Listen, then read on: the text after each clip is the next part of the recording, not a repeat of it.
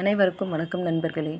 இன்று நாம் பார்க்கும் மதுரை மாவட்டத்தின் தேர்தல் நிலவரம் மக்கள் மனநிலையை வெளிப்படுத்தும் ஒரு முக்கியமான சுட்டிக்காட்டாக உள்ளது. மதுரை, வேலூர், மதுரை கிழக்கு, சோழவந்தான், மதுரை வடக்கு, மதுரை தெற்கு, மதுரை மத்திய, மதுரை மேற்கு, திருப்பரங்குன்றம், திருமங்கலம், உசிலம்பட்டி ஆகிய 10 இடங்களில் வாக்கு எண்ணிக்கை வெளிவந்துள்ளது. இதில் ஏடிஎம்கே கட்சி 10 வாக்குகளுடன் முழுமையான முன்னிலை வசிக்கிறது.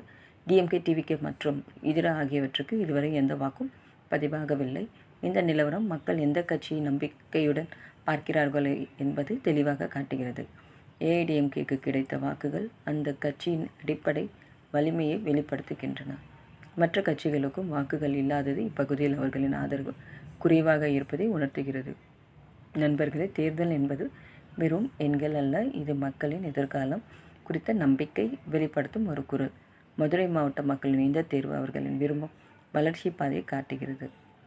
ஆகையால் இந்த ப்ரொஜெக்ஷனை நாம் வெறும் கணக்காக பார்க்காமல் மக்களின் மனநிலை புரிந்து கொள்ளும் ஒரு வாய்ப்பாக எடுத்துக்கொள்ள வேண்டும்.